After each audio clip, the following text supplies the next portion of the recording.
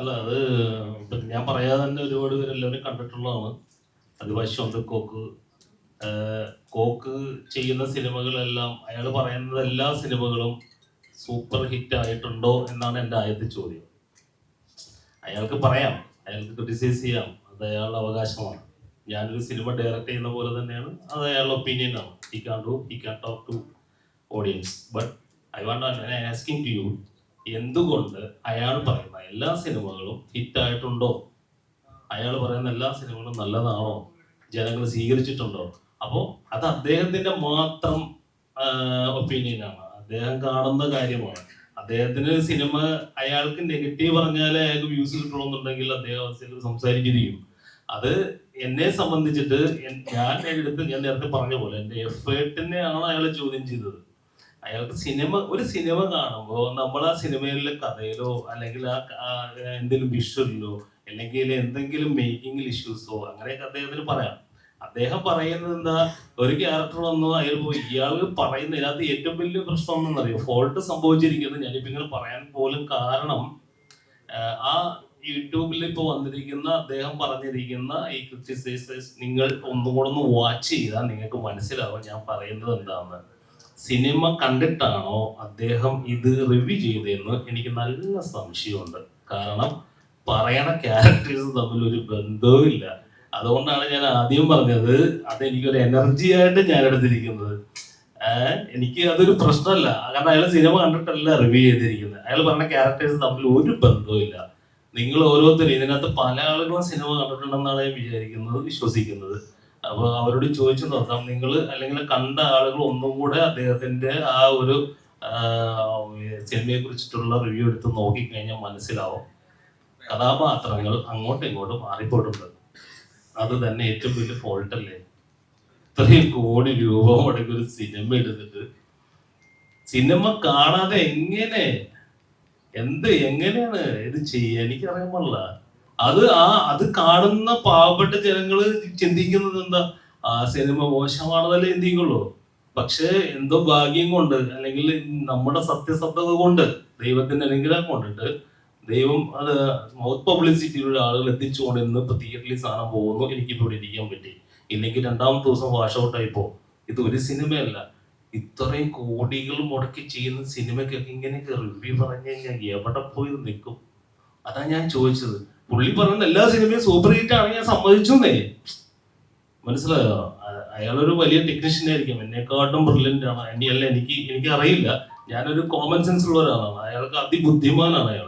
എങ്കിൽ അദ്ദേഹം പറയുന്ന കാര്യങ്ങൾ എല്ലാ സിനിമകളും അതുപോലെ ഇവിടെ ഹിറ്റ് ആയിട്ടുണ്ടെങ്കിൽ അല്ലെങ്കിൽ ജനങ്ങൾ സ്വീകരിച്ചിട്ടുണ്ടെങ്കിൽ ഞാൻ സമ്മതിക്കാം. അദ്ദേഹം നല്ലത് എന്ന് പറയുന്ന എത്രയോ സിനിമകളിലൂടെ ഔട്ടായിപ്പോയി. കഴിഞ്ഞ ദിവസം പോലും സംഭവിച്ചു. ഞാനത് മെൻഷൻ ചെയ്യുന്നില്ല ആരാണ് ഏതാണ് സിനിമ എന്നുള്ളത്. അത് സിനിമയിൽ നിൽക്കുന്ന ഒരു ഡയറക്ടർ എന്നുള്ള നിലക്ക് എൻ്റെ എത്തിക്സ് ആണ്, ഞാൻ അത് കീപ്പ് ചെയ്യും.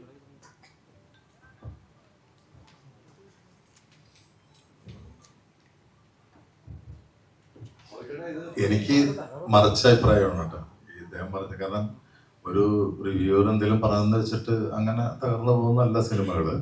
അദ്ദേഹത്തിന്റെ വ്യൂ പറയുന്നു. എത്രയോ സിനിമകൾ അദ്ദേഹം അതുപോലെ ആൾക്കാരും പറയുന്നത് ഓടുന്നുണ്ട്. കാരണം നമ്മളിപ്പോ കാണുന്ന ഒരു എനിക്കിഷ്ടപ്പെടുന്ന ഒരു സിനിമ ചിലപ്പോൾ താങ്കൾക്ക് ഇഷ്ടപ്പെടണമെന്നില്ല, അല്ലെങ്കിൽ എനിക്ക് ഇഷ്ടപ്പെട്ടത് ചിലപ്പോൾ മറിച്ച അഭിപ്രായം പറയാം. അതിലൊന്നും വലിയ കാര്യമൊന്നുമില്ല. അതൊക്കെ നമ്മളൊരു പോസിറ്റീവായിട്ട് എടുക്കണമെന്ന് ഞാൻ പറയുന്നുള്ളൂ. പക്ഷെ ഇദ്ദേഹത്തിന് ഇത്ര വേദനിക്കാൻ കാരണം ഇദ്ദേഹം ഒരു 2 വർഷമായിട്ട് ഇതിന്റെ പുറകിൽ നടന്ന, കാരണം ഒരു സിനിമ റിലീസ് ചെയ്യാന്ന് പറയുന്നത്തെ കാലത്ത് വളരെ വളരെ പണിപ്പെട്ട ഇതാണ്. കാരണം ഞാൻ 94 സിനിമ അഭിനയിക്കാൻ വന്ന ആ വർഷം തന്നെ പ്രൊഡ്യൂസ് ചെയ്ത ആളാണ് ഞാൻ. അന്നൊക്കെ വളരെ ഈസിയാണ് ഈ കാര്യം. അന്ന് നമുക്ക് നിങ്ങളുടെ കയ്യിലിരുന്ന കാശൊക്കെ കണ്ടിട്ട് എനിക്ക് പടം കൊടുക്കാം. ഇപ്പൊ അലിയുടെ കയ്യിൽ ഇത്ര പൈസ ഉണ്ടെന്ന് കണ്ടിട്ട്, എന്റെ സുഹൃത്താണല്ലോ, എനിക്ക് പടം കൊടുക്കും. ഇന്നത് നടക്കില്ല. ഇന്ന് അവസാനം ഇപ്പൊ ഒരു സിനിമ ഇറങ്ങാൻ അനൗൺസ് ചെയ്ത സിനിമയുടെ കാര്യം അടക്കം ഞാൻ പറയാം. ഇപ്പൊ നമ്മള് ഒരു സിനിമ എടുക്കാൻ തീരുമാനിച്ചാൽ അതിന്റെ പോസ്റ്റർ ഒട്ടിക്കാനുള്ള പശയുടെ കാശ് മുതൽ കണ്ടിട്ട് വേണം ഇറങ്ങാൻ. കാര്യം മാറിപ്പോയി. അപ്പോ എല്ലാ സിനിമകളും ഇറങ്ങുന്ന എല്ലാ സിനിമകളെയും നമ്മള് ഈ പറയുന്ന പോലെ ഇത് ഇദ്ദേഹത്തിന്റെ വേദനയാണ് ഈ പറഞ്ഞത്, പ്രൊഡ്യൂസറുടെ ഇവരുടെയൊക്കെ. അപ്പൊ അതിന്റെ ഒരു എഫർട്ട് ഉണ്ടല്ലോ, ആ എഫർട്ടിനെ നമ്മൾ കളിയാക്കരുത് മാത്രമേ എനിക്ക് പറയാനുള്ളൂ. നിങ്ങൾ പറഞ്ഞോളൂ, നിങ്ങളുടെ അഭിപ്രായം പറഞ്ഞു, പക്ഷെ അതൊരു കൊഞ്ഞാണം കുത്തുന്ന രീതിയിൽ അഭിപ്രായം പറയരുത്. മനസ്സിലായില്ലേ? ഇപ്പൊ ഈ കുട്ടി എന്നോട് ചോദിച്ചു, ഇപ്പൊ അഭിനയത്തിലൊക്കെ വളരെയധികം മാറിയിട്ടുണ്ടല്ലോ. ഞാൻ അതിലേക്ക് തന്നെ വരികയാണ്. കാരണം ഇത് നമ്മളിങ്ങനെ തേച്ചൊരു മെനിക്ക് കൊണ്ടുവരുന്ന സംഭവമാണല്ലോ. ആദ്യമേ ചിലപ്പോൾ നമുക്ക് അങ്ങനെ ഒരു അവസരം കിട്ടിക്കഴിഞ്ഞാൽ ചിലപ്പോൾ നമുക്ക് ഇത് കുറെ കഴിയുമ്പോഴാണ് അതിലേക്ക് വരുന്നത്. അപ്പൊ എന്ന് പറഞ്ഞ പോലെ ക്രിട്ടിസൈസ് ചെയ്യാനുള്ളൊരു അവകാശം എല്ലാവർക്കും ഉണ്ട്. പക്ഷെ അത് കളിയാക്കരുത്. അതിനൊരു ഒരു ഒരു ഒരു ബൗണ്ടറി ഉണ്ട്. അതിൽ വെച്ചിട്ട് വേണം ചെയ്യാൻ. അത്ര കാരണം ഇവരുടെ എഫർട്ടൊക്കെ നമ്മൾ കുറെ കണ്ടതാണ്. കാരണം ആ ഒരു സിനിമ പുറത്തിറക്കാന്ന് പറഞ്ഞാൽ വളരെ ഇതുള്ള പണിയാണ് ഇല്ലേ? ഇപ്പൊ തന്നെ സിനിമകൾ തന്നെ ഇതുപോലെ പല ആൾക്കാരും പലത് പറഞ്ഞ് നമുക്ക് സിനിമകൾ ഇല്ലാതെയായി കേരളത്തിൽ. ഞാൻ അതിലേക്കൊന്നും കിടക്കുന്നില്ല. ഓക്കെ, ചോദിച്ചോളൂ.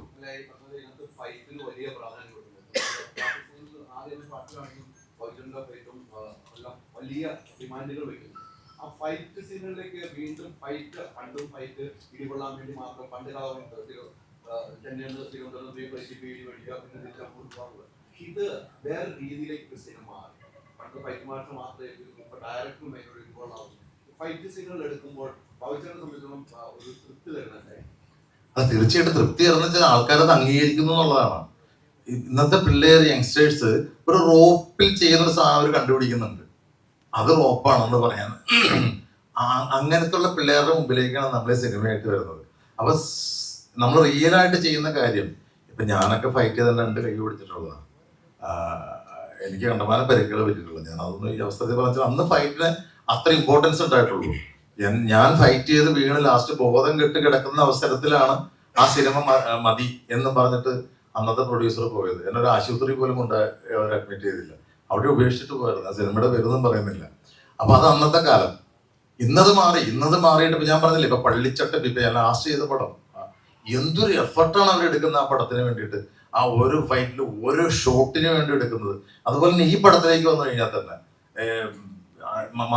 പല മാസ്റ്റർമാരുണ്ട്. എല്ലാം നമ്മുടെയൊക്കെ എന്റെയൊക്കെ അസിസ്റ്റൻസ് പിള്ളേരാണ് ഇപ്പോഴത്തെ വലിയ മാസ്റ്റർമാര്. ഞാനൊക്കെ ഇടികൊണ്ട് നടക്കുന്ന സമയത്ത് ഈ ദായറായ മാസ്റ്ററിനെ, സുബ്രഹ്മ മാസ്റ്ററിന്റെയും കൽക്കണ്ട മാസ്റ്ററിനെയൊക്കെ അസിസ്റ്റൻസ് ആയിരുന്ന വലിയ മാസ്റ്റർമാര്. അപ്പൊ അവരൊക്കെ ഇന്ന് പറയുന്ന ഷോട്ടുകളും അവരിന്ന് വെക്കുന്ന കാര്യങ്ങളും അതിനു വേണ്ടി ഇവര് ചെയ്യുന്ന എഫർട്ടുകളും ഇന്നിപ്പോ ഏതൊരു സെറ്റിൽ ചെന്നാലും നമ്മൾ ഒരു ക്രെയിൻ ഇല്ലാത്ത സ്ഥലമില്ല, ഒരു ട്രാക്ടർ ഇല്ലാത്ത സ്ഥലമില്ല, മറ്റേ എയർ, അതുപോലെ തന്നെ കാണുന്ന ഫെസിലിറ്റീസ്. പണ്ട് അങ്ങനെ ആയിരുന്നില്ല. ഞാനൊക്കെ 4ാം നിലയുടെ മുകളിൽ നിന്ന് താഴേക്ക് എഴുതി വലയിലേക്കാ പറഞ്ഞ് വിശ്വസിക്കൂ. മാന്ത്രിക കുതിര എന്ന് പറഞ്ഞ സിനിമയില് ലാലു ലക്ഷ്യേട്ടനടക്കം അങ്ങനെ വല പിടിച്ചേക്കാം. ഞാൻ 4ാം നിലയുടെ മുകളിൽ നിന്ന് താഴേക്ക് കിടന്ന് അന്നൊരു ബലൂണോ റോപ്പോ ഒന്നുമില്ല. ആ വലയിലേക്ക് എഴുതി കാലൊടിഞ്ഞു. അത് എപ്പോഴായിരിക്കും ആ സാധനം എടുക്കുന്നത്? അവസാനം ലൈറ്റ് പോകുന്ന സമയത്ത് 6 മണിക്ക് ഫിലിം ഉണ്ടാവില്ല. ഒരു 250 അടി ഫിലിമായിരിക്കും. അപ്പൊ പലപ്പോഴും ശശി മാസ്റ്റർ എടുത്തൊരു ബാബു സ്റ്റാർട്ട് ക്യാമറ ഇല്ല, സ്റ്റാർട്ട് ക്യാമറയിലാണ് ആക്ഷൻ എന്ന് പറയാൻ ഫിലിമില്ല. സ്റ്റാർട്ട് ക്യാമറ എന്ന് പറയുമ്പോൾ ചാടിക്കൊള്ളണം, ആക്ഷൻ എന്ന് പറയുമ്പോൾ അത്ര ഫിലിം പോകും. അങ്ങനെ സിനിമ ചെയ്തു വന്ന ആൾക്കാരാണ് നമ്മൾ. പക്ഷെ ഇപ്പൊ എന്തെല്ലാം ഫെസിലിറ്റീസ്. പണ്ട് അതുപോലെ തന്നെ കയറി കെട്ടിപ്പോക്കുന്ന സാധനത്തിനൊക്കെ ഒരു തോർത്ത് വെച്ചങ്ങ് കെട്ടിയിട്ട് ഒരു തോർത്തിങ്ങനെ കെട്ടിയിട്ടാണ് ഈ കുളത്തിലിട്ട് പൊക്കണത് നമ്മള്. അപ്പൊ മോളിൽ ചെന്നെങ്കിൽ ശ്വാസം മുട്ടും. അതൊക്കെ മാറി. അപ്പൊ അതിനുള്ള ഫെസിലിറ്റീസ് വന്നു. അതോടൊപ്പം തന്നെ ഈ പ്രൊഡ്യൂസർ ഒരു പടത്തിന് വേണ്ടി കാശ് മുടക്കുന്നുണ്ടെങ്കിൽ, ഞാനൊരു കാര്യം പറയാം. പണ്ടൊക്കെ എന്താണ് കേരളത്തിൽ ഈ കോമഡി സിനിമകൾ മാത്രം ഉണ്ടായിക്കൊണ്ടിരുന്നത്. കോമഡി സിനിമകൾക്ക് വളരെ എളുപ്പമാണ്. കാരണം ഒരു സിറ്റുവേഷനൊക്കെ ഉണ്ടാക്കി കോമഡി പറഞ്ഞ ആൾക്കാർ ചിരിച്ചോളും. പക്ഷെ ഒരു ആക്ഷൻ സംഭവത്തിലേക്ക് വരുമ്പോൾ ഒരു കാറ് പൊട്ടണമെങ്കിൽ കാറ് പൊട്ടണം, ആ കാറിന് കാശ് ചെലവാക്കണം. മനസ്സിലായില്ലേ? അപ്പൊ അതുകൊണ്ട് നമ്മുടെ ഏരിയ, ഞാൻ നാളെ പറഞ്ഞു, നമുക്കൊരു 14 സ്റ്റേഷനിൽ ഉണ്ടായുള്ളൂ. 14 റിലീസിംഗ് സ്റ്റേഷൻ വെച്ചിട്ടാണ് നമ്മൾ സിനിമ ഉണ്ടായിക്കൊണ്ടിരുന്നത്. അപ്പൊ അതിൽ നിന്നൊക്കെ മാറിപ്പോയി. ഇപ്പൊ നമ്മുടെ കേരളത്തിൽ കോവിഡ് കഴിഞ്ഞതിന് ശേഷം കേരളത്തിൽ ഇവിടെ നിന്ന് ഉത്തരാഖണ്ഡ് വരെ, ഞാനിപ്പോ ഇന്നാള് പോയപ്പോ ഉത്തരാഖണ്ഡിൽ ഡെറാഡൂണിൽ നമ്മുടെ പടം കളിക്കുന്നു. സന്തോഷമായി. മലയാള സിനിമ അവിടം വരെ എത്തി. അപ്പൊ അങ്ങനെ വലിയൊരു അംഗീകാരം നമുക്ക് കിട്ടിയിട്ടുണ്ട്. അപ്പൊ അതുകൊണ്ട് ഇപ്പൊ ഫൈറ്റ് എന്ന് പറഞ്ഞ ഈ പടത്തിൽ 11 ഫൈറ്റ് ഉണ്ട്. ആ 11 ഫൈറ്റിലും ഈ ഡയറക്ടർ എന്ന് പറഞ്ഞാൽ അതിന്റെ കട്ടക്കുണ്ട്. അതുപോലെ തന്നെ അതിന്റെ ക്യാമറമാനും അതുപോലെ തന്നെ അതിന്റെ കാശ് മുടക്കാൻ പ്രൊഡ്യൂസറും. ഏതൊരു ഡയറക്ടർക്കും സ്വപ്നം കാണാന്നേ, ഒരു ആർട്ടിസ്റ്റിനും സ്വപ്നം കാണാം. പക്ഷെ അത് പ്രാക്ടിക്കൽ ആകണമെങ്കിൽ അതിന്റെ പുറകെ ഒരു പ്രൊഡ്യൂസർ വേണം, സ്ട്രോങ് പ്രൊഡ്യൂസർ വേണം. ഞാൻ എടുത്തു പറയുന്നു, അണ്ടർലൈൻ ചെയ്ത് പറയുന്നു, മുടങ്ങണ കാശിന് ഒരു ട്യൂബ് അടിച്ച് പൊട്ടിച്ചാൽ ആ ഷോട്ട് ഒക്കെ അല്ലെങ്കിൽ കാശ് പോയി. ശരിയല്ലേ? അപ്പൊ അതിനെ ഞാൻ അപ്രീഷിയേറ്റ് ചെയ്യാണ്. അതിനെ ഞാൻ താങ്കളെ വിളിച്ചുകൂടി കിട്ടിയത്. കാരണം ഇതുപോലെ കാശ് മുടക്കി ഒരു പടം ചെയ്യാൻ ചങ്കൂറ്റമുള്ള ഒരാളെന്നെ പറഞ്ഞത് അതുകൊണ്ടാണ്. ട്യൂബ് പോട്ടെ, പല സാധനം തകർന്നിട്ടുണ്ട്. ട്യൂബ് ഇപ്പൊ ഇത്രയാവുള്ളൂ. ബാബുചേട്ടന് ട്യൂബ് ഇടിച്ചോണ്ട് അതാ കറക്റ്റായിട്ട് ചെയ്യുന്നത്. സിനിമയില് കഥാപാത്രങ്ങൾ മോശം വാക്കുകൾ പറഞ്ഞു വലിയ ആരോപണമുണ്ട്. മലയാളം അതായത് സിനിമയിൽ കഥാപാത്രങ്ങൾ മോശം വാക്കുകൾ പറയാൻ പാടില്ല. പക്ഷേ സിനിമയില് കഥാപാത്രങ്ങൾ മോശം വാക്കുകൾ പറഞ്ഞു കഴിഞ്ഞാൽ അത് വലിയ അപരാധമാണ്. പക്ഷെ സിനിമയെ കുറിച്ച് റിവ്യൂ ചെയ്യുന്ന മാന്യന്മാർ വളരെ മോശമായിട്ട് വാക്കുകൾ പറയും. ഇവനെന്തൊക്കെ വേറെ പണിയില്ലേ അങ്ങനെയൊക്കെ ചോദിക്കാൻ അധികാരം ഈ റിവ്യൂമാർക്കുണ്ടോ? അവരായിട്ട് വിശ്വസിക്കുന്നുണ്ടോ? അല്ല, ഞാനതാ പറഞ്ഞ കാരണം എന്തല്ലേ, നമുക്ക് ഒരാളെ പരിഹസിക്കുന്നതിനൊരു പരിധിയില്ലേ.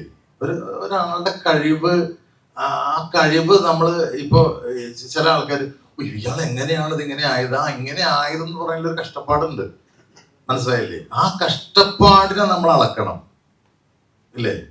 ഇപ്പം ഈ അടുത്തിടയ്ക്ക് മമ്മൂക്ക പറഞ്ഞൊരു വലിയൊരു കാര്യം. മമ്മൂക്ക പറഞ്ഞു, ഞാനിപ്പോൾ ഞാൻ കോമ്പീറ്റ് ചെയ്യുന്നത് ഞാൻ പണ്ട് ചെയ്ത എൻ്റെ ക്യാരക്ടേഴ്സിനോടാണ്, മനസ്സിലായില്ലേ? കാരണം മമ്മൂക്ക ഇപ്പൊ ഏത് ചെയ്താലും, ഇപ്പൊ എന്ത് പുതിയ ചെയ്താലും പണ്ടത്തെ പുള്ളി ചെയ്തതിനോടാണ് പുള്ളി കോമ്പീറ്റ് ചെയ്യുന്നത്. യങ്സ്റ്റേഴ്സിന് ആ ബുദ്ധിമുട്ടില്ല. മമ്മൂക്കയുടെ ഏതെങ്കിലും പടം കണ്ടാൽ മതി. അപ്പൊ അങ്ങനെ മമ്മൂക്ക ഒരു സാധനം റിസ്ക് എടുത്ത് ചെയ്യിപ്പിക്കും. മമ്മൂക്ക ഇപ്പൊ ലാസ്റ്റ് ചെയ്ത കളങ്കാവല് തന്നെ. അപ്പൊ നമ്മൾ അതിനകത്ത് വില്ലന്, കാരണം അദ്ദേഹത്തിനെ സംബന്ധിച്ചിടത്തോളം അദ്ദേഹത്തോട് തന്നെയാണ് ഈ പറഞ്ഞ പടവരുന്നത്. അപ്പൊ നമ്മൾ അവിടെ കുറച്ച് കാണാൻ പാടില്ല. ഇവരെല്ലാം ഈ പറയുന്നത്, ഞാൻ ഒരാളെ ഇതാക്കി, പക്ഷെ എനിക്ക് ഒരു അഭ്യർത്ഥന എന്ന് വെച്ചാൽ കഷ്ടപ്പാടുകളെ, എഫർട്ടുകളെ കാണാതിരിക്കരുത്. നിങ്ങൾ കളിയാക്കിക്കോ, പരിഹസിച്ചോ, ഈ പരിഹസിക്കുന്നതൊക്കെ നമുക്ക് നല്ലതായിട്ട് തന്നെ വരുള്ളൂ. പക്ഷെ ആ ഒരു എഫർട്ട് ഉണ്ടല്ലോ, ആ അവസാനം അത് ഇല്ലാതെയാക്കരുത്. നിങ്ങൾ അപ്രീഷിയേറ്റ് ചെയ്യേണ്ട ഒരു കാര്യമുണ്ട്. ഒരു സിനിമ ഇറങ്ങിയല്ലോ സുഹൃത്തുക്കളെ, എത്ര സിനിമയാണ് ഇറങ്ങാതിരിക്കുന്നതെന്ന് അറിയോ? എത്ര സിനിമകൾ, എത്ര സ്വപ്നങ്ങൾ, ഇവരൊക്കെ എത്ര വർഷത്തെ എഫർട്ടാണ്. ഒരു ഡയറക്ടറെ സംബന്ധിച്ചിടത്തോളം, ഒരു റൈറ്ററെ സംബന്ധിച്ചിടത്തോളം അയാള് ആ പടത്തിന്റെ പൊങ്കാല എന്ന് എഴുതുന്നത് പോലെ ഇയാൾ എത്ര പ്രാവശ്യം എഴുതിയിട്ടുണ്ടാവും. എന്റെ ഇതാണ് എന്റെ ടൈറ്റിൽ, എന്റെ ടൈറ്റിൽ ഇതാണ് പൊങ്കാല, വേണ്ട ഈ ലെറ്റർ വേണ്ട ഈ ലെറ്റർ. ആ എഫർട്ട് കാണാണ്ടിരിക്കല്ലേ. കളിയാക്കാൻ പേര് എളുപ്പമോ? ഈ പറയുന്നവരെല്ലാം സിനിമ പരീക്ഷിച്ചിട്ടുള്ള ആൾക്കാരായിരിക്കും, പരാജയപ്പെട്ട ആൾക്കാരായിരിക്കും. പക്ഷെ കളിയാക്കരുത്. നിങ്ങൾ എന്തേ പറയുന്നത്, നിങ്ങൾക്ക് എന്ത് പറയാം, ഈ പറയുന്ന പോലെ അതെല്ലാം നമ്മൾ ഉൾക്കൊള്ളാം. പക്ഷെ ആ കളിയാക്കലിനൊരു അളവ് പോലും വെക്കണം. മലയാള സിനിമ പ്രതിസന്ധിയിലാണ് നമ്മൾ നിരന്തരം കേൾക്കാറുണ്ട്. അതുമല്ല, തിയേറ്റർ എക്സ്പീരിയൻസ് ഉള്ള സിനിമകൾ കാണാൻ മാത്രമേ ഇന്നിപ്പോൾ പ്രേക്ഷകർ തിയേറ്ററിൽ വരുന്നുള്ളൂ. ഒരു ലോക അല്ലെങ്കിൽ ഒരു കാന്താര, അത്തരം ചിത്രങ്ങൾ കാണാനേ നമ്മുടെ പ്രേക്ഷകർ തിയേറ്ററിൽ വരുന്നുള്ളൂ. ഓരോ വെള്ളിയാഴ്ചയും നിരവധി ചിത്രങ്ങൾ ഇവിടെ ഇറങ്ങുന്നുണ്ട്. പക്ഷെ അതിലൊക്കെ എല്ലാം ആദ്യത്തെ ഷോ കഴിയുമ്പോൾ തന്നെ ഹോൾഡ് ഓവർ ആയി പോവുകയാണ്. അപ്പൊ നേരത്തെ അമരവള സതീഷ് ചോദിച്ചതിന് അനുബന്ധമായിട്ട് തന്നെയാണ് ഞാൻ ചോദിക്കുന്നത്. ഇത്തരം ആക്രമിക്കുമ്പോൾ, ഒരു സിനിമയെ ആക്രമിക്കുമ്പോൾ സിനിമ തന്നെ ഇവിടെ ഇല്ലാതായി പോവുകയാണ്. തിയേറ്റർ എക്സ്പീരിയൻസ് ഉള്ള സിനിമ വളരെ അപൂർവമായിട്ടാണ് ഇവിടെ വരുന്നത്. അപ്പൊ ഈ പൊങ്കാല, ഇതിനകത്ത് 10-11 ഫൈറ്റ് ഉണ്ട്, ഒരു ഓളമുണ്ട്, ഒരു പൊങ്കാലയാണ്. അപ്പൊ ഇതൊരു തിയേറ്റർ എക്സ്പീരിയൻസ് ആണ്. നല്ല ബാക്ക്ഗ്രൗണ്ട് സ്കോർ ഉണ്ട്. ഞാൻ സിനിമ കണ്ട ആളാണ്, സിനിമ കണ്ടിട്ടാണ് പറയുന്നത്. അപ്പോ അത്തരം സിനിമകൾ പ്രോത്സാഹിപ്പിക്കപ്പെട്ടാലേ മലയാള സിനിമ ഇവിടെ നിലനിൽക്കുള്ളൂ. ഇത് ആ സിനിമയെ പോലും ചിലപ്പോൾ കുറ്റങ്ങൾ ഉണ്ടാവുമായിരിക്കും. ഇപ്പൊ എല്ലാ സിനിമ, ഇപ്പൊ അടൂർ സാറിന്റെ ഒരു സിനിമ പോലും നമുക്ക് വിമർശിക്കാൻ പറ്റും, മനസ്സിലായില്ലേ? ഇപ്പൊ പ്രിയൻ സാർ എടുത്താൽ, ഈ സത്യനന്ദിക്കാർ സാർ എടുത്ത ഒരു പടം വേറൊരാൾ കാണുമ്പോൾ അയ്യോ ഇതെന്ത് സിനിമ എന്ന് പറയാൻ. എല്ലാ സിനിമയും പൂർണ്ണമല്ല.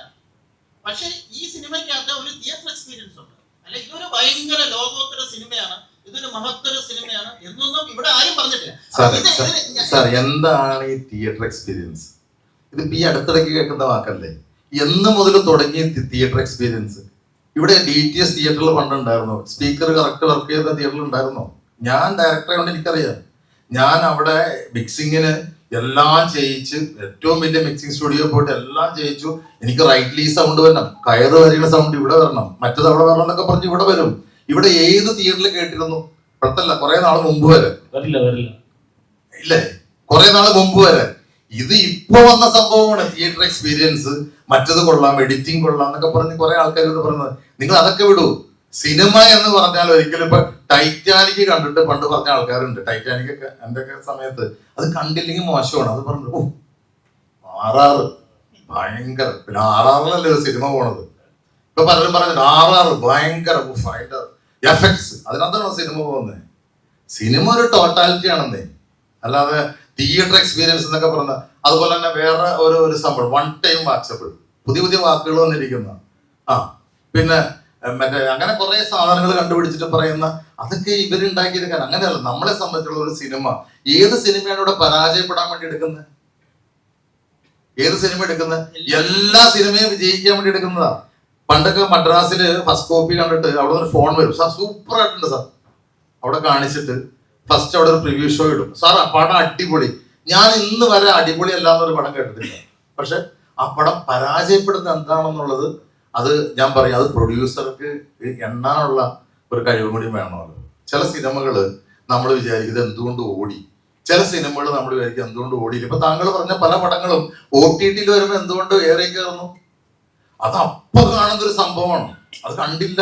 ഇപ്പൊ ചില പ്രഗത്ഭന്മാരുടെ പടങ്ങൾ നമുക്ക് മോശമാണെന്ന് പറയാൻ പറ്റുമോ? താങ്കൾ ഞാനും പറയില്ല, പറഞ്ഞാൽ നമ്മൾ പുറത്താണ് വരികയുന്നത്. അപ്പൊ അതൊക്കെ ഒരു ഒരു എന്താ പറയാ, അത് സിനിമ എന്ന് പറഞ്ഞാൽ ഞാൻ പറയട്ടെ, ഒരു 70% ലക്കിൽ പോകുന്ന സാധനം, ഭാഗ്യം. തീർച്ചയായിട്ടും. പക്ഷെ എങ്കിലും ഇത്തരം ഈ ഗ്ലാസ് പൊട്ടിക്കുന്ന പോലെ ഇത്രയും പണം ചെലവാക്കിയ ഒരു പ്രൊഡ്യൂസർ ഉള്ളതുകൊണ്ടാണ് ഈ പറയുന്ന തിയേറ്റർ എക്സ്പീരിയൻസ് ഉള്ള ഒരു സിനിമ നമുക്ക് ഉണ്ടാക്കാൻ പറ്റും. തീർച്ചയായിട്ടും. അതിനെ ഇങ്ങനെ ആക്രമിക്കുമ്പോൾ അതിനെതിരെ നമ്മുടെ നിർമ്മാതാക്കളുടെ സംഘടന അല്ലെങ്കിൽ ചേട്ടൻ ഇതിന്റെ ഭാഗമായിട്ടുള്ള ഒരാളായിട്ടാണ് ചോദിക്കുന്നത്. ഇവിടെ ഇത്രയും മാധ്യമ പ്രവർത്തകരുണ്ട്, നമുക്ക് കളക്റ്റീവായിട്ട് എന്ത് ചെയ്യാൻ പറ്റി? ഇപ്പൊ ഇതൊരു തിയേറ്റർ എക്സ്പീരിയൻസ് ഉള്ള സിനിമ തന്നെയാണ്, അതിൽ യാതൊരു സംശയമില്ല. അപ്പൊ അതിനെ പിടിച്ചു നിർത്താൻ, ഇത്തരം ആക്രമണങ്ങളെ ചെറുക്കാൻ സിനിമ തന്നെ ഇല്ലാതാവും. ഒരർത്ഥത്തിൽ പറഞ്ഞാൽ ഇവർക്ക് വിമർശിക്കാൻ തന്നെ പിന്നെ സിനിമ ഇല്ലാതാവും. സാർ, അത് അവര് പറയുന്ന കേട്ടിട്ടില്ല, എത്രയോ പ്രഗത്ഭരായ പല നടന്മാരെയൊക്കെ കളിയാക്കിയിട്ടുള്ള രീതിയിലാണ് പറയുന്നത്. അങ്ങനെ അയാൾ വരുന്നു, അയാൾ എന്താണ് കാണിക്കുന്നത് എന്നൊക്കെ പറഞ്ഞിട്ട്, ഇത് അയാളുടെ ഉപജീവന മാർഗം, അയാളുടെ കുട്ടികൾക്കും അയാളുടെ ഭാര്യയ്ക്കും ജീവിക്കാൻ വേണ്ടിയിട്ട് ഇത്രയും ആൾക്കാർ. ഒരു സിനിമ എന്ന് പറയാൻ, ഇപ്പൊ നിങ്ങളടക്കം നമ്മളെല്ലാം സിനിമ കൊണ്ട് ജീവിക്കുന്ന ആൾക്കാരാണ്. ഒരു സിനിമ എന്ന് പറയാൻ 100-300 പേര്, അതിനെ ചുറ്റിപ്പറ്റിയിരിക്കുന്ന ആൾക്കാർ, അതിന്റെ പ്രൊമോഷന്റെ ആൾക്കാർ, ഇതെല്ലാം ഈ ഹോട്ടലടക്കം ഇല്ലേ, ഈ ഹോട്ടലടക്കം അതിനെ കൊണ്ട് ജീവിക്കുന്നതാണ്. പണ്ടൊരു വിഭാഗം ഉണ്ടായിരുന്നു പത്രം ഇല്ലേ, പത്രം ഇല്ലാതെ നമുക്ക് ചിന്തിക്കാൻ പറ്റിയിരുന്നോ? പണ്ട് പത്രത്തിൽ ഒരു സിനിമയുടെ പോസ്റ്റർ വന്നില്ലെങ്കിൽ ആ സിനിമ കൊള്ളൂല എന്ന് പറഞ്ഞൊരു കാലം ഉണ്ടായിരുന്നു. അവിടെ നിന്ന് മാറിയില്ലേ, ഇപ്പൊ മാറിപ്പോയില്ലേ. അപ്പൊ അങ്ങനെ ഇതെല്ലാം നമ്മൾ ഇതുകൊണ്ട് ജീവിക്കുന്ന ഇതാണ്. അപ്പൊ കളിയാക്കുന്നതിന് ഒരു പരിധി വേണം. നിങ്ങൾ വിമർശിച്ചോളൂ, വിമർശിക്കാം. ഇപ്പൊ ഇദ്ദേഹത്തിന് വിമർശിക്കാം, എന്നെ വിമർശിക്കാം, എല്ലാവരും വിമർശിക്കാം. പക്ഷേ അവസാനമായിട്ട് അതിൽ നിന്ന് 10 പൈസ വരുമാനം കിട്ടുന്ന കാര്യത്തിലേക്ക് വരുമ്പോൾ അത് മോശമാണ്. ഇപ്പൊ തന്നെ നോക്കൂ, കേരളത്തിൽ എത്രയോ സിനിമകൾ വരാതിരുന്നാണ്, എല്ലാം കളഞ്ഞില്ലേ. എത്രയോ പേരിവിടെ ഇൻവെസ്റ്റ് ചെയ്യാമെന്ന് എനിക്കെന്നറിയാം. കാരണം നമ്മുടെ നാട്ടിലാണ് വളരെ കുറച്ച് പൈസയിൽ വലിയ സിനിമകൾ ഉണ്ടാക്കാൻ പറ്റുന്ന സ്ഥലം. കൂടി വന്നാൽ 10, 20, 25 കോടി കൊണ്ട് ഒരു സിനിമ ഉണ്ടായി, ആ സിനിമ അങ്ങ് വിജയിച്ചു കഴിഞ്ഞാൽ 100, 120 കോടി രൂപ വരെ കളക്ട് ചെയ്യുന്നതാണ്. ഇപ്പൊ ലോകയുടെ കളക്ഷൻ കണ്ടില്ലേ, മഞ്ഞുമൽ ബോയ്സ് കണ്ടില്ലേ. അപ്പൊ ആ ഒരു സ്ഥാനത്ത് നമ്മൾ വീണ്ടും താഴേക്ക് വന്നു, നമ്മുടെ കയ്യിൽ റിപ്പോർട്ട് തന്നെ. അപ്പൊ അതിനെ കുറിച്ചൊക്കെ നമുക്ക് പിന്നെ പറയാം.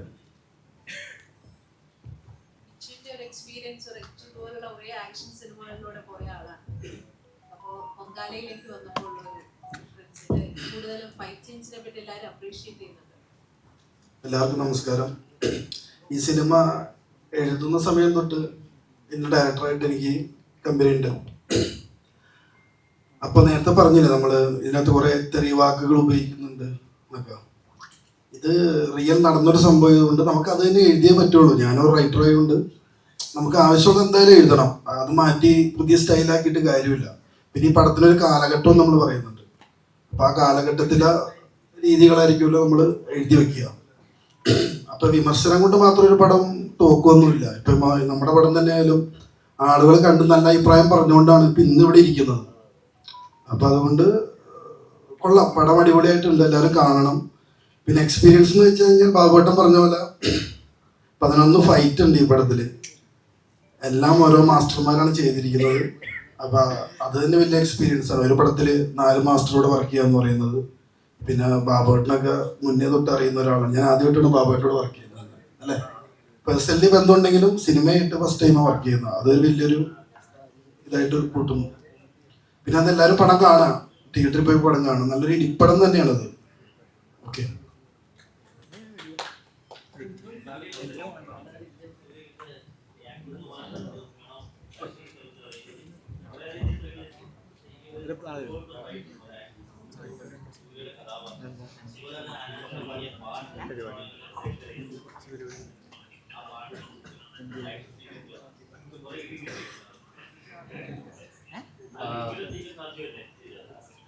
മൊത്തത്തിലൊരു ഫൈറ്റ് അല്ലെങ്കിൽ ഓവറോൾ മീനിങ് സ്റ്റാർട്ട് തൊട്ട് എൻഡ് വരെ ഫൈറ്റ് പരിപാടി ഫസ്റ്റ് ടൈമാണ്. ആൻഡ് ഇത്രയും വലിയൊരു ക്രൂ, ഓൾറെഡി ബാബു ചേട്ടനും എല്ലാവരും കാര്യങ്ങളെല്ലാം പറഞ്ഞു. സോ ഇത്രയും വലിയൊരു ക്രൂ സീനെ സംബന്ധിച്ച് മാസീവാണ്. ഇപ്പം ബാബു ചേട്ടൻ പറഞ്ഞ പോലെ ഇപ്പം ഒരു പടം ഇറങ്ങാൻ അല്ലെങ്കിൽ സ്റ്റാർട്ടപ്പ് ആവാൻ തന്നെ ഇഷ്ടംപോലെ സ്ട്രഗിൾസാണ്. അതേനെക്കാട്ടിയും കഷ്ടപ്പാടാണ് ഒരു പുതിയൊരു ആർട്ടിസ്റ്റിന് വരാൻ തന്നെ. ഞാൻ കൊച്ചിലെ തൊട്ടും ഉണ്ട്, എന്നാലും ലൈക്ക് ഇത്രയും വലിയ മാസീവ് ഒരു ഫിലിമിൽ ഫസ്റ്റ് ടൈമാണ്. And so I am blessed. ദൈവത്തിനോട് മാത്രം നന്ദി ഇത്രയും വലിയ ക്രൂവിനോട് വർക്ക് ചെയ്യാനായിട്ട്. ആൻഡ് സോങ് ഞാൻ അതിൻ്റെ അകത്ത് അഭിനയിച്ചിട്ടെന്നേ ഉള്ളൂ. അത് ബാക്ക് ചെയ്തേക്കുന്നത് ഹന്നാൻ ചേട്ടനാണ് സോങ് പാടിയത്, നമ്മളെല്ലാവരും ഹന്നാൻ ഷാ. ആൻഡ് രഞ്ജൻ ചേട്ടനാണ് എൻ്റെ മ്യൂസിക് കമ്പോസ് ചെയ്തേക്കുന്നത്. So super happy. ആൻഡ് എന്തായാലും ഇപ്പം ബില്ലേട്ടൻ പറഞ്ഞ പോലെ in the beginning first 2 days നമുക്ക് ഇഷ്ടംപോലെ നെഗറ്റീവ് റിവ്യൂസ് ഉണ്ടായിരുന്നു. പക്ഷേ in the end of the day നമുക്ക് എല്ലാവർക്കും ജസ്റ്റിസ് എല്ലാവർക്കും കിട്ടും. നല്ലൊരു സാധനമാണ്, നല്ലൊരു കണ്ടന്റാണ്, അതിന് ക്വാളിറ്റി ഉണ്ട്. എന്തായാലും ജസ്റ്റിസ് ഡിസേർവ്ഡ് ആണ്, ബിക്കോസ് അത് നമ്മൾ ഓൾറെഡി ഇപ്പോൾ കാണുന്നുണ്ട്. സോ അത്രേ ഉള്ളൂ. എല്ലാവരും പടം കാണുക. Thank you.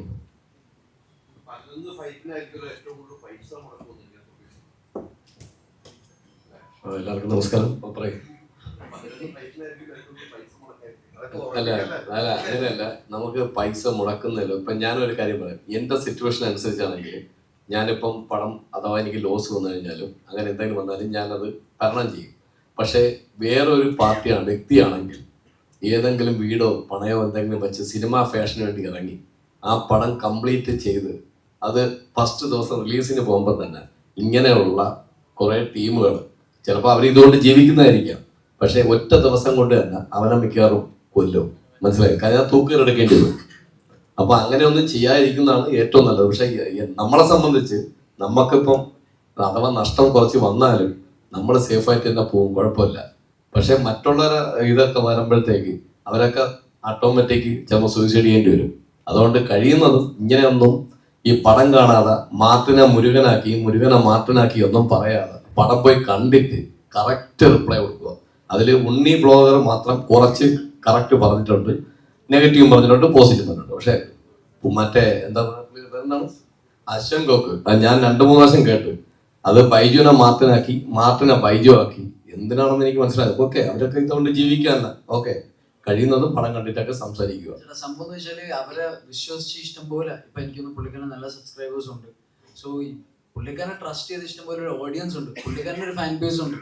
അപ്പം പുള്ളിക്കാരൻ പറയുന്നത് കേട്ടിട്ടാണ് അത്രയും ആൾക്കാർ വിശ്വസിക്കുന്നത്. സോ പുള്ളിക്കാരൻ തന്നെ ഫിലിം കാണാതെ ക്യാരക്ടറിന്റെ പേരും ഇപ്പൊ റിവ്യൂ എന്ന് പറയുന്ന ഒരാള് ജോബ് എന്ന് ചോദിച്ചാൽ പടം ഫുള്ള് കണ്ട് A to Z കണ്ട് അതിന്റെ ഒരു ഷോർട്ട് അല്ലെങ്കിൽ കളർ ഗ്രേഡ് ചെയ്തിട്ടില്ല, അല്ലെങ്കിൽ ഒരു ആർട്ടിസ്റ്റ് എന്തെങ്കിലും ഓവർ ആക്ടിങ് ചെയ്ത് അങ്ങനത്തെ കാര്യങ്ങളൊക്കെ പറയണം. അതാണ് പുള്ളിക്കാരന്റെ ജോലി. സോ പുള്ളിക്കാരൻ അതുപോലും ചെയ്യുന്നില്ല.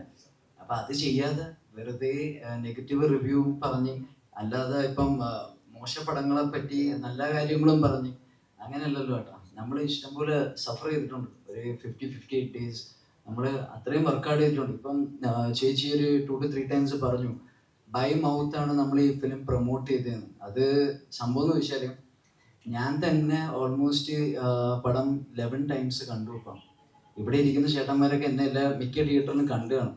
ഞാൻ എല്ലാ തിയേറ്ററിലും ഞാൻ ബൈ മൗത്താണ്, പ്ലീസ് ഈ പടം എല്ലാവരുടെ അടുത്തും പോയി പറയണേ എന്ന് റിക്വസ്റ്റ് ചെയ്തിട്ടാണ് അടുത്ത ഫിലിമിന് ആൾക്കാരെ ഞാൻ കയറ്റുന്നത്.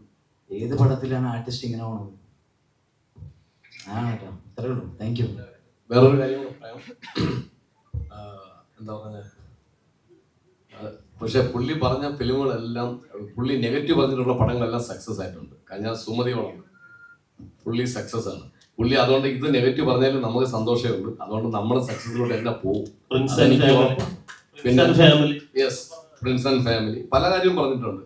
അപ്പൊ എന്തായാലും നമുക്ക് തളർത്തേണ്ട കാര്യമില്ല. പുള്ളിയുടെ അടുത്ത് നമുക്കൊന്നും ഒരു വിരോധവും ഇല്ല, ഒന്നുമില്ല. ഇത് കണക്ക് വീണ്ടും വീണ്ടും പറയുക. പിന്നെ സൂര്യകൃഷ്ണൻ എടുത്ത് പറഞ്ഞിട്ടുണ്ട്. അപ്പൊ അത് തന്നെ അവൻ ഒരു പുള്ളിയുടെ പേര് അവൻ അറിയില്ല, എന്നിട്ടും സൂര്യകൃഷ്ണൻ എടുത്ത് പറഞ്ഞപ്പോൾ തന്നെ അവൻ എനിക്ക് മനസ്സിലായി മറ്റേ രജിസ്റ്ററായി. അപ്പൊ രജിസ്റ്ററായ ഒരു വ്യക്തിയെ പറ്റി പറയുള്ളൂ. ഒന്നീ പുള്ളി ആരെങ്കിലും പഠിപ്പിച്ചു കൊടുത്തായിരിക്കാം, ഇല്ലെങ്കിൽ എനിക്കറിയില്ല എന്താണെന്നുള്ളത്. എന്തായാലും നല്ലതായിരിക്കും. പിന്നെ നമ്മളെ എനിക്ക് മെയിനായിട്ട് പറയാനുള്ളതെന്ന് വെച്ച് കഴിഞ്ഞാൽ നമ്മളെ ഓൾ മറ്റേ ചാനലുകാരായാലും മഞ്ജു ചേച്ചി ആയാലും മറ്റേ നമ്മളെ സെവാൻ, പിന്നെ ബിനു, മറ്റേ മൂമാരി, നമുക്ക് എല്ലാവർക്കും സപ്പോർട്ട് ചെയ്ത് നമുക്ക് തരുന്ന തന്നെ വലിയൊരു സന്തോഷം. അതുകൊണ്ട് നിങ്ങളെ സപ്പോർട്ട് നമുക്ക് വീണ്ടും വീണ്ടും വേണം. ഇത്രയേ ഉള്ളൂ. ഓക്കെ. വലിയ വിഷയത്തിലേക്ക് വന്നിട്ടുണ്ട്. ഇതിപ്പോ 10 നാൾ മുമ്പുള്ള കഥയാണ് പറയുന്നത്. 8 വർഷത്തെ പോരാട്ടത്തിന് ശേഷം കോടതി വിധി വന്നിട്ടുണ്ട് അതിജീവിതയുമായി ബന്ധപ്പെട്ട്. ഇത് എങ്ങനെ കാണുന്നു? ആ അതിജീവിതയ്ക്ക് നീതി ലഭിച്ചോ? എന്താണ് ബാബുരാജ് അതിന് അന്നൊക്കെ അതിജീവിതോടൊപ്പം നിന്ന ഒരു വ്യക്തിയാണ്, പേഴ്സണൽ അറിയാവുന്നതാണ്. ഇപ്പോഴത്തെ ആ കോടതി വിധി എങ്ങനെയാണ് കാണുന്നത്? ഞാനൊരു നിയമം പഠിച്ച ആളായതുകൊണ്ടും ഞാനൊരു വക്കീലായതുകൊണ്ടും കോടതി വിധികളെ നമ്മൾ ബഹുമാനിക്കണം. അതാണല്ലോ ഈ നാട്ടിലെ നമ്മുടെ നടപ്പ്. പിന്നെ മറ്റുള്ള കാര്യങ്ങളൊക്കെ മേൽക്കോടതികളുണ്ടല്ലോ, അത് അതിന്റെ വഴിയിൽ വരട്ടെ എന്നല്ലേ നമുക്ക് പറയാൻ പറ്റുള്ളൂ. മേൽക്കോടതിയിൽ മറ്റേ ഇപ്പോഴത്തെ വിധി കണ്ടിട്ട് അതിജീവിതയ്ക്ക് നീതി ലഭിച്ചോ? അത് പറയാൻ ഞാൻ നമ്മളിപ്പോ എനിക്കായാലും അലിക്കായാലും ഒരു കേസ് ഉണ്ടെങ്കിൽ ആ കേസിന്റെ വിധി പറയേണ്ടത് ജഡ്ജാണ്. പിന്നെ ആ ജഡ്ജ് പറഞ്ഞത് തെറ്റായിപ്പോയോ എന്ന് തീരുമാനിക്കാൻ മേൽക്കോടതി ഉണ്ട്. ആ മേൽക്കോടതി വരുന്നവരെ നമുക്ക് കാത്തിരിക്കാമെന്നല്ലാതെ അവിടെ ബാബുരാജ് ആരാണ് പറയാൻ, അലി ആരാണ്, ആരുമല്ല. നമ്മുടെ ഒരു നിയമ സംവിധാനത്തിൽ അങ്ങനെയാണ് കാര്യങ്ങൾ. ദിലീപിനെ പുറത്താക്കിയിരുന്നു അമ്മയിൽ നിന്നും. ദിലീപിനെ തിരിച്ചെടുക്കുക ഇപ്പോഴത്തെ കീഴ്ക്കോടതിയിലെ വിധി അനുസരിച്ച് ദിലീപിനെ തിരിച്ചെടുക്കാവുന്ന ഒരു നടപടിയിൽ പെപ്ക ആദ്യം മുന്നിട്ട് വന്നു. അപ്പൊ ഭാഗ്യലക്ഷ്മി രാജിവെച്ചിരിക്കുന്നു. അങ്ങനെ നിർമ്മാതാക്കൾ സംഘടന അദ്ദേഹത്തെ തിരിച്ചെടുക്കാനുള്ള നടപടിയിലേക്ക് പോകുന്നു എന്ന് പറഞ്ഞു. താരസംഘടന അമ്മയുടെ ഒരു മെമ്പറാണ് ഇപ്പോൾ താങ്കൾ, സംഘടനയിലെ മെമ്പർ മാത്രമേ ഉള്ളൂ.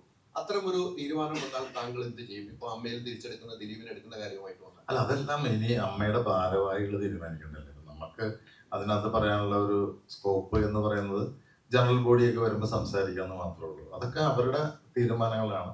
എല്ലാ അംഗങ്ങളും തീരുമാനിക്കുന്നത് പോലെയാണല്ലോ. അല്ലാതെ ബാബുരാജ് എന്ന് പറയുന്ന വ്യക്തി ഇപ്പോൾ ഞാനൊരു അംഗം മാത്രമാണ് താങ്കൾ പറഞ്ഞ പോലെ. അപ്പൊ അതൊക്കെ അവർ തീരുമാനിക്കട്ടെ. പിന്നെ ഓരോ സംഘടനയ്ക്കും തീരുമാനിക്കാനുള്ള അവകാശങ്ങൾ അവർക്കുണ്ടല്ലോ. പണ്ട് പറയുന്നുണ്ടായിരുന്നു WCC അംഗങ്ങൾ പോയപ്പോൾ കത്ത് തന്നാലാണ് ശരി. ഒരു നിയമമുണ്ടല്ലോ, അമ്മയ്ക്കൊരു നിയമമുണ്ട്. ആദ്യം പുറത്തായാലും പുറത്താക്കിയ ആളാണ് ആദ്യം അപേക്ഷ തരണം. അങ്ങനെ ഒരു കീഴ്വഴക്കം തന്നെ ആയിരിക്കും ദിലീപിനും ഉണ്ടാവും. അത് ഞാനല്ലല്ലോ പറയണ്ടേ. അതിപ്പോ തീർച്ചയായിട്ടും ബൈലോയിൽ എന്ത് പറയുന്നു അതനുസരിച്ച് തീർച്ചയായിട്ടും വേണം. അതൊക്കെ ഇപ്പൊ ഭരണത്തിലുള്ള ആൾക്കാരല്ലേ തീരുമാനിക്കണ്ടേ. അവര് നല്ല രീതിയിൽ മുന്നോട്ട് കൊണ്ടുപോകുന്നുണ്ട്. സ്ത്രീകളാണ്, അവർക്കറിയാം എങ്ങനെ കൊണ്ടുപോകണമെന്ന്. ഇപ്പോഴത്തെ ഭരണം എങ്ങനെയുണ്ട്? ഗംഭീരമായിട്ട് പോകുന്നുണ്ടല്ലോ. പിന്നെ എല്ലാ പ്രോഗ്രാമൊക്കെ ആയിട്ട് അല്ല, പിന്നെ അവര് നന്നായിട്ട് പോകുന്നുണ്ടല്ലോ. എല്ലാവരും 17 പേരും അതിനകത്ത് ആത്മാർത്ഥമായിട്ട് പരിശ്രമിക്കുന്നുണ്ടെന്നുള്ളതാണ് എനിക്ക് മനസ്സിലാക്കാൻ സാധിക്കുന്നത്. അവരത് നന്നായിട്ട് കൈകാര്യം ചെയ്തോളൂ. സ്ത്രീകൾ തലപ്പത്തിരിക്കുന്ന സമയമാണ് അതിജീവിത വിഷയത്തിൽ. ആ സമയത്ത് പോലും ആ സംഘടനയിൽ ഒരു പ്രതികരണം ഇല്ലാത്തതിനെ താങ്കൾ എങ്ങനെയാണ് കാണുന്നത്? എന്തുകൊണ്ടായിരിക്കും അങ്ങനെ സംഭവിക്കുന്നത്?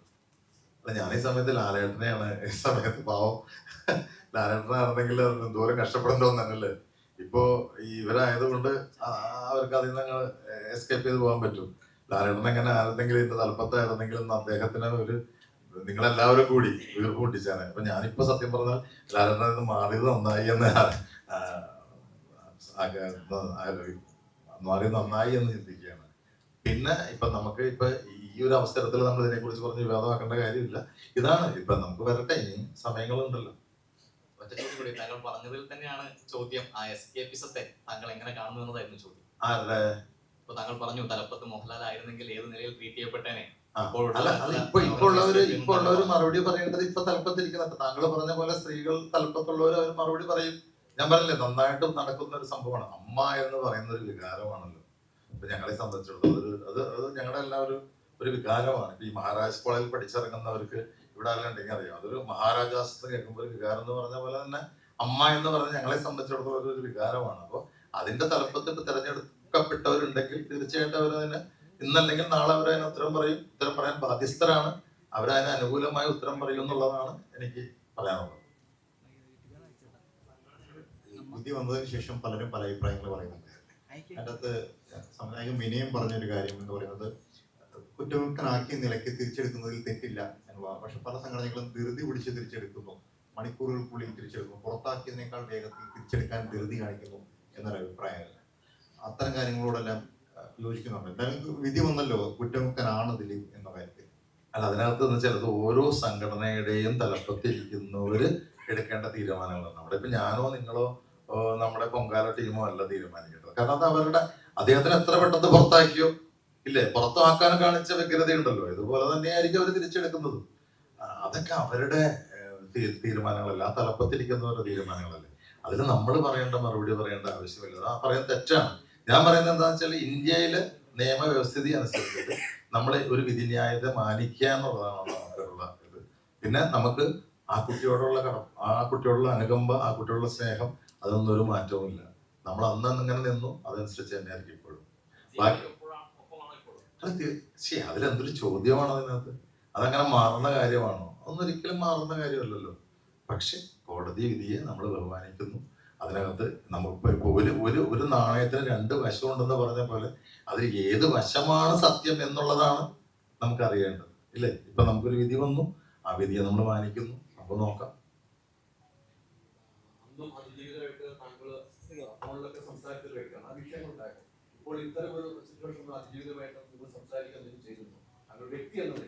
ഞാൻ ഉണ്ടായിരുന്നില്ല ഇവിടെ, ഞാൻ ഡെറാഡൂണിലായിരുന്നു. ഞാൻ സംസാരിച്ചിട്ടില്ല. എന്ത് സംസാരിക്കാനാണ്, ഇല്ലേ? നമ്മളതിനകത്ത് വരട്ടെ. ഇപ്പൊ നമ്മൾ ഇവിടെ ഇരിക്കുന്ന ഒരു പ്രൊമോഷന്റെ ഭാഗമായിട്ടല്ലേ, അതൊക്കെ നമുക്ക് പിന്നീട് പറയാം.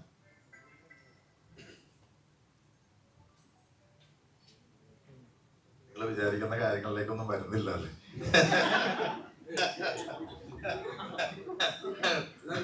കലങ്ങിയില്ല, കലങ്ങിയില്ല.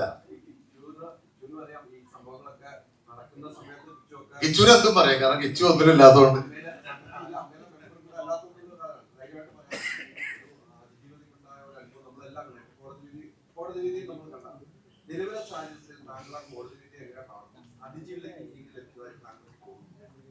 ഇപ്പൊ ബാബുട്ടൻ പറഞ്ഞ പോലെ ഇവിടെ ഒരു കോടതി നിയമമൊക്കെ ഉണ്ടല്ലോ. അപ്പൊ അവരോട് നമുക്ക് ചോദ്യം ചെയ്യാൻ പറ്റുമോ? അപ്പൊ ഈ ചോദ്യം പോയി ചോദിക്കോടാ അഡ്വക്കേറ്റിനോട്, ജഡ്ജിയോട് പോയി ചോദിക്കുവോ? ഇല്ല. അപ്പൊ അത് നമ്മളത് ബഹുമാനിക്കുന്നു. നിയമം നിയമത്തിന്റെ വഴിക്ക് പോകും, ബാക്കി അതിന്റെ രീതിയിൽ പൊക്കോളും. പിന്നെ ഞാൻ ഇതിനകത്ത് പറയാൻ ആരും അല്ല കേട്ടോ, ഞാനൊരു ആലോചനക്കാരൻ മാത്രം.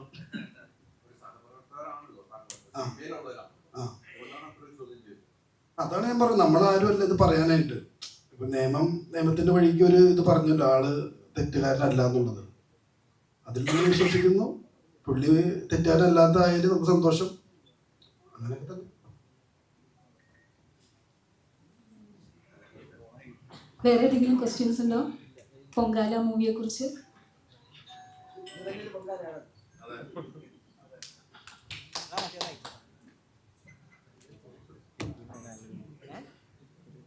നമുക്ക് പ്രസ് മീറ്റ് വൈൻഡ് അപ്പ് ചെയ്താലോ? ഇനി ക്വസ്റ്റ്യൻസ് ഇല്ല. ഇവിടെ എടുത്തിട്ട് പോയാൽ മാത്രം കാര്യമില്ല. ഇതെല്ലാം നല്ല രീതിയിൽ നല്ല വലുതായിട്ട് സിനിമാസ്കോപ്പ് പോലെ ഇടുക. പൊങ്കാല മൂവി ഈ പറയുന്ന പോലെ അതിന്റെ എഫക്റ്റ് ഉണ്ട്. അതെ അതെ. അപ്പൊ അത് നല്ലതായിട്ട് ചെയ്തിട്ട് വിജയിക്കുക. ഇതുപോലുള്ള സിനിമകൾ വിജയിക്കേണ്ടത് ആവശ്യമാണ്. ഈ പറയുന്ന പോലെ ഞാൻ നേരത്തെ പറഞ്ഞില്ലേ, ഒരു സിനിമയും കേരളത്തിലുള്ള ഇന്ത്യയിൽ മോശമായിട്ടുള്ളൊരു സിനിമ എടുക്കാറില്ല. അത് എന്തുകൊണ്ടോ ഒക്കെ അങ്ങനെയാണ് നല്ല പട്ടികയിലും മോശം പട്ടികയിലും വരുന്ന മാത്രമേ ഉള്ളൂ. അപ്പൊ നല്ലതാണെങ്കിൽ ആ എഫർട്ടിനെങ്കിലും നമ്മൾ മാനിച്ചുകൊണ്ട് അതിന് നല്ല പബ്ലിസിറ്റി കൊടുക്കുക.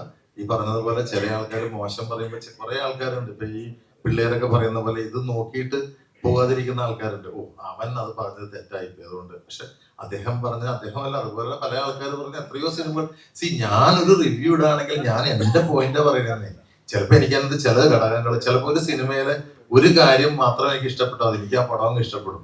ചിലപ്പോൾ അത് ഇഷ്ടപ്പെട്ടില്ലെങ്കിൽ അത് മോശമായിട്ടും പറയും. അപ്പൊ അതുകൊണ്ട് അങ്ങനെയല്ല, നിങ്ങൾ പറയണം. എല്ലാവരും ഒക്കെ ഒന്ന് പോയി കാണാൻ. നിങ്ങളുടെ ഇതിനകത്ത് ഇങ്ങനെ വന്നുകൊണ്ടിരുന്നു കഴിഞ്ഞാൽ എന്താ പറയാ, ആൾക്കാർ വരികയും. എനിക്കും തന്നെയാണ് പറയാനുള്ളത്. സിനിമ ആസ്വാദനമാണ്. അത് ആസ്വദിക്കുന്ന രീതിയിൽ പല ആൾക്കാർക്കും ആസ്വദിക്കാൻ പറ്റും, ചിലർക്ക് ആസ്വദിക്കാൻ പറ്റില്ല. അത് ആസ്വദിക്കുന്നവർ ആസ്വദിക്കട്ടെ. അതിനെ തടഞ്ഞു വെക്കാതിരിക്കുക, അത് തെറ്റാണ്. അത് ചുമ്മാ അതുകൊണ്ട് സിനിമയെ കൊന്ന് ജീവിക്കാം എന്ന് വിചാരിക്കരുത്. ഇതെന്റെ റിക്വസ്റ്റാണ്. അതൊക്കെ ഞാൻ ഇപ്പൊ അനിലേടൻ പറഞ്ഞ പോലെ തന്നെ എനിക്കും അടുത്ത സിനിമകൾ വരും, ഞാനും അടുത്ത സിനിമ ചെയ്യും. പക്ഷെ ഇനിയും ഇതുപോലെ ഇതിനേക്കാൾ കൂടുതൽ സ്ട്രഗിൾ ചെയ്യുന്നവരും അവരൊക്കെ വന്ന് പെടും, അവരൊക്കെ ആത്മഹത്യ ചെയ്യും. ഒരുപാട് പ്രശ്നമുണ്ട് സിനിമ ഇവിടെ എത്താന്ന് അറിയാലോ. ഞാൻ നേരത്തെ പറഞ്ഞു ലൊക്കേഷനിൽ അനുഭവിച്ച പ്രശ്നങ്ങൾ. അത് കഴിഞ്ഞ് ഓരോ സമയം നിങ്ങൾക്ക് അറിയുന്നേക്കാൾ കൂടുതലാണ് ടെക്നിക്കൽ ഇഷ്യൂസ്. ഒരു ലൈറ്റിംഗ് ഇഷ്യൂ, ഏതെങ്കിലും ഒരു സമയത്ത് മഴ പെയ്താലുള്ള പ്രശ്നം, ആർട്ടിസ്റ്റുകളുടെ ഡേറ്റ് ക്ലാഷ്, ഇതിനകത്തുള്ള സാമ്പത്തിക പ്രശ്നം, ഇരിക്കുന്ന സ്ഥലത്ത് വിചാരിക്കുന്ന ലൊക്കേഷൻസ് കിട്ടിയില്ലെങ്കിൽ സ്ക്രിപ്റ്റ് തിരുത്തുന്ന പ്രശ്നങ്ങള്, ടെൻഷൻസോട് ടെൻഷൻ. ഞാൻ ഒരു വർഷം കൊണ്ട് ശരിക്കും പറഞ്ഞാൽ ഉറങ്ങിയിട്ട് പോലുമില്ല. അത്രയധികം പ്രശ്നത്തിലാണ് ഞാൻ ഈ വന്നിരിക്കുന്നത്. ഇതെല്ലാം കഴിഞ്ഞ് സെൻസർ ബോർഡിന്റെ പ്രശ്നങ്ങള്, ഇതെല്ലാം കഴിഞ്ഞ് തിയേറ്ററിൽ സിനിമ എത്തുമ്പോൾ ഏതൊക്കെ സിനിമ റിലീസ് ചെയ്യുന്നത് നോക്കണം. അതിനൊപ്പം നമ്മൾ കോമ്പറ്റീറ്റീവ്. ഒരു കാര്യം കൂടി ഞാൻ പറയാൻ വിട്ടുപോയത്, ഒരു കാര്യം കൂടി പറയുന്നത്, ഞാൻ എൻ്റെ ഒരു 10-15 വർഷത്തെ ഒരു എക്സ്പീരിയൻസ് കൊണ്ട് പറയുന്ന ഒരു കാര്യമാണ്. കാരണം ഞാനിപ്പോൾ നേരത്തെ പോലെ പത്രം, പണ്ട് പത്രം ഇല്ലായിരുന്നെങ്കിൽ പത്രത്തിൽ ഇട്ടില്ലെങ്കിൽ സിനിമ ഇറങ്ങില്ല എന്നുള്ളൊരു സമയത്തിൽ നിന്ന് മാറിയിട്ട് ഇപ്പൊ ഇതുവരെയായി. ഇപ്പൊ ഞാൻ പറയുന്നത് നമ്മുടെ അന്നം നമ്മൾ മുടക്കരുതെന്ന് പറയാണ്. കാരണം മലയാള സിനിമകൾ ഇതുപോലെ കുറ്റം പറഞ്ഞ് ഇല്ലാതെ ആയാൽ ഇവിടെ മലയാളം തന്നെ വേണമെന്ന് പ്രേക്ഷകർക്ക് ഒരു നിർബന്ധമില്ല. ഇവിടെ കന്നഡ, അതുപോലെ തെലുങ്കും തമിഴും ഒക്കെ ആൾക്കാർ സ്വീകരിച്ചു തുടങ്ങുന്ന സമയമാണ്. നമ്മൾ അങ്ങോട്ട് തുളച്ചു കയറാൻ നിന്ന സമയത്ത് അത് മാറ്റിയിട്ട് അവരിങ്ങോട്ട് വന്ന് കയറി ലാസ്റ്റ് ഈ പറയുന്നതിനൊന്നും ഒരു വാല്യൂ ഇല്ലാണ്ടായിപ്പോ. ഈ റിവ്യൂവറിനൊന്നും ഇവിടെ കിടന്ന തമിഴിനെ കുറിച്ച് പറഞ്ഞ ഒരു കാര്യം ഇല്ലാണ്ടായിപ്പോ. അതുകൊണ്ട് നമ്മൾ ഇരിക്കുന്ന കൊമ്പ് മുറിക്കാതിരിക്കുക, അത്ര എനിക്ക് പറയാനുള്ളൂ. ഇരിക്കുന്ന കൊമ്പ് മുറിച്ചിട്ടുള്ള കളിക്ക് നിൽക്കണ്ട. അത് നിന്നാൽ ഈ പറയുന്ന ഞാൻ നേരത്തെ പറഞ്ഞ പോലെയുള്ള അനുഭവങ്ങൾ ഉണ്ടാവും. എക്സ്പീരിയൻസ് ക്യാപ്ഷൻ കിട്ടിയെന്ന് എനിക്ക് തോന്നുന്നു. കാരണം ഇവർ മിക്കവാറും